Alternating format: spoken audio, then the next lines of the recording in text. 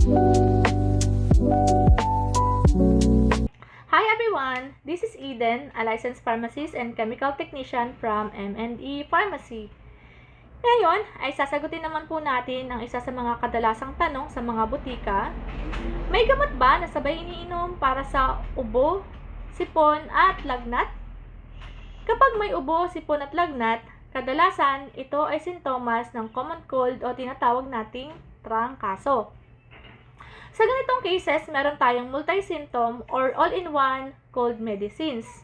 Ang ibig sabihin ay isang gamot na lang, pero tutulungan na niya ang iba't ibang sintomas katulad ng lagnat, sipon o baradong ilong, sakit ng ulo o katawan, at kung minsan ay ubo. For awareness lang po ito ha, hindi po tayo nagpo-promote ng kahit anong brand. Ang ilan sa mga halimbawa ng ganitong klaseng gamot na available sa pharmacies dito sa Pilipinas ay BioFlu, Neuzep, Decolgen, Simdex, Tuceran, Dynatoxin, Mucotus, at syempre meron din tayong pediatric options. Depende sa edad ng bata, katulad ng Disodrin, Neuzep, Tuceran, Nisatap, Colban, at marami pang iba. Paalala lang po na ang focus natin dito ay hindi ang brand, kundi ang tamang paggamit at understanding ng combination medicines. Bakit naman pinagsasama-sama ang gamot? Dahil ang flu-like symptoms ay kadalasang sabay-sabay na nararamdaman. Kaya imbes na hiwa-hiwalay na gamot, ay pinagsasama-sama na siya sa isang formulation. Bakit? Unang-una, mas convenient siya gamitin o inumin. Pangalawa, mas madaling tandaan.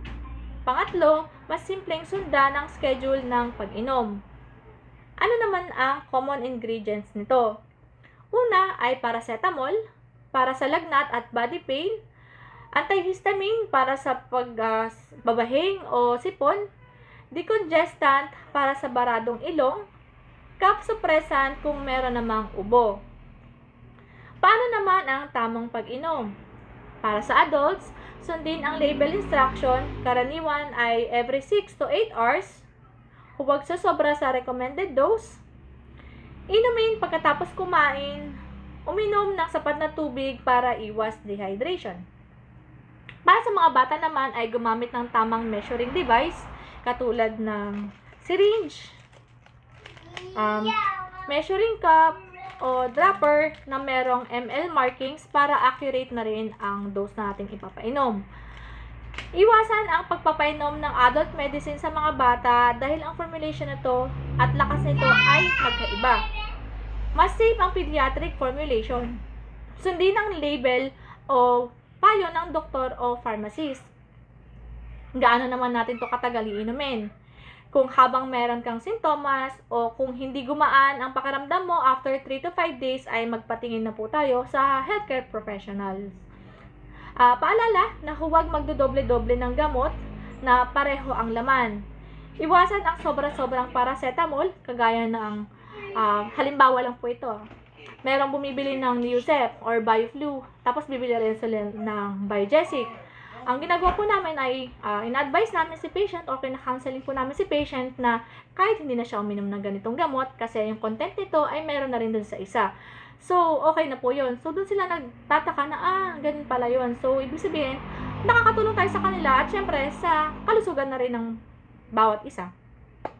At ang sunod po ay maaaring makaramdam ng pagkahilo or pagkaantok depende sa gamot na ating iinumin. Kasi kagaya po kanina ay meron siyang antihistamine. Kailan naman tayo dapat magpatingin? Kung nahihirapan kang huminga, kung mataas na lagnat at tuloy-tuloy ito, kung may dugo na sa plema, at kung sobrang panghihina at meron na tayong nararamdaman na dehydration. At lagi po nating tandaan na hindi lahat ng ubo, sipon at lagnat ay kailangan ng antibiotic. Kadalasan, viral lang ito, kaya supportive care at tamang gamot lang ang kailangan. And that's all for today. Thank you so much for watching. At para sa inyong health needs, please visit us at M&E Pharmacy here in Santa Ignacia, Tarlac. Sa bawat pamilya, gamot ay abot kaya. At presyo'y diretso, M&E Pharmacy kasama mo araw-araw sa